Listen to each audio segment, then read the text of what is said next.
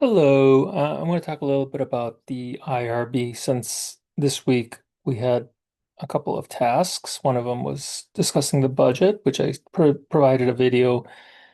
So I just want to talk about the IRB. So I'm not going to present any slides or anything like that. So we have an institutional review board to make sure that researchers are conducting studies in an ethical fashion.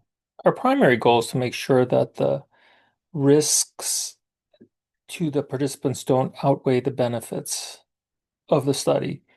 Now, by benefits, we're not talking about benefits to the individual. We're talking about benefits to society as a whole.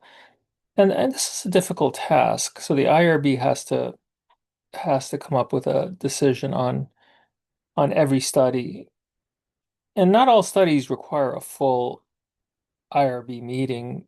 Generally, we don't do that unless we're engaging in a study that has some risk to it. In general, we could either go for an expedited review or even seek exemption. It's really hard to get an exemption from the IRB. The only way you can get an exemption is if your study really involves no personal information at all. Like for instance, I've done that before where I just wanted to see if a survey worked. I collected data on the survey, nothing else. I didn't put ages, race, ethnicity, gender, anything like that on the survey because any of those things could actually allow one to identify the participant. So the IRB is concerned about not just safety from physical harm, but also safety from mental harm and safety of one's personal information. So obviously we're very concerned about information, the way information is shared and used these days. So there's a lot that goes on there.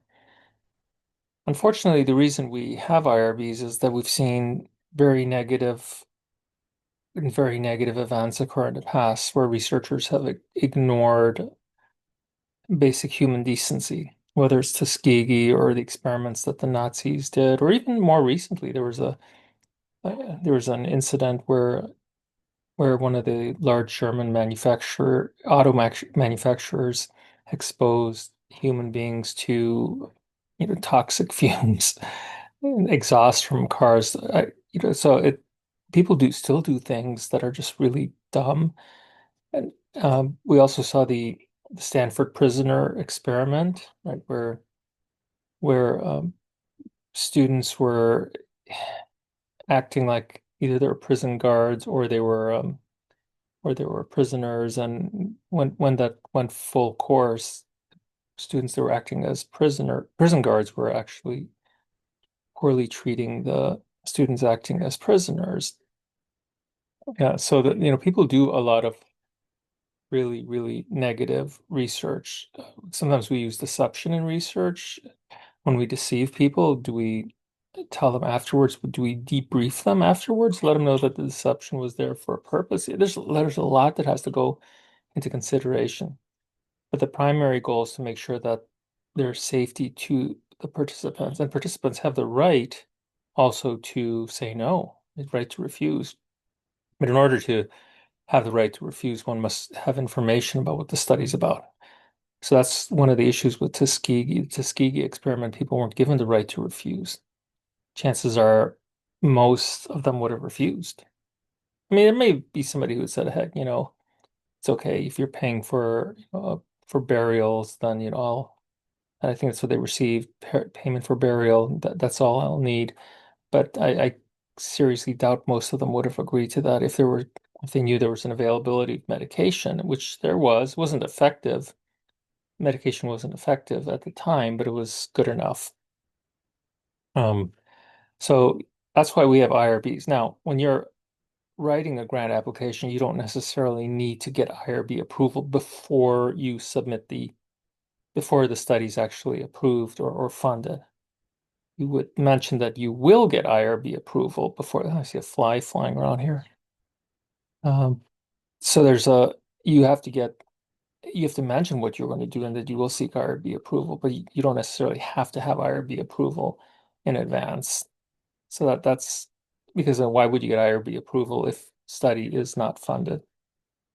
So I usually would wait until after the study's funded to get the IRB approval. But everything has to be, by the way, everything has to be taken into account. Like for instance, I know IRB approval is not instantaneous. I'd want to make sure that I have enough time built into my timeline, our study timeline. So we need to explain how everything's going to happen, right? In the first month or so is going to be for organizing my team, getting IRB approval, starting the IRB approval process so that we can start to study at month 3 or 4 or whatever. So that has to be built in. It's interesting. Those timelines are very, very important. But yes, people will tell whether or not you're serious if your timeline is serious. But ensuring that you have IRB approval is key. And then plus to publish in journals, you do need to state whether or not you have IRB approval. Some studies do not require IRB approval if you're using secondary. It's my parrot in the background, Piper.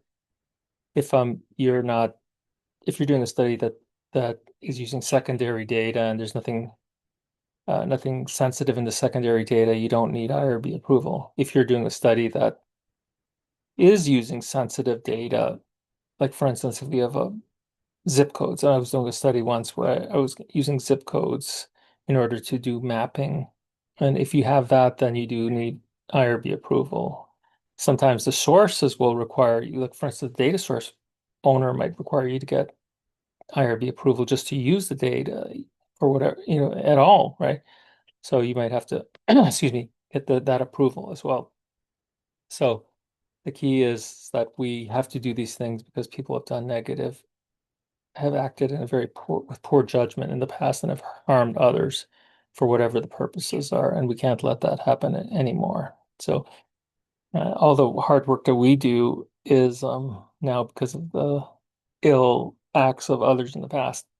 And one last thing, if you are conducting a study and you want to get IRB approval, you have to have completed city training because you can't even submit an IRB application without city training. So if you don't have that, you should have it if you're going to conduct a study. That's all I have to say. I hope you're enjoying the remainder of the summer and finishing up this project. Make sure you get it done on time, okay? We don't have that much time to grade. All right, bye.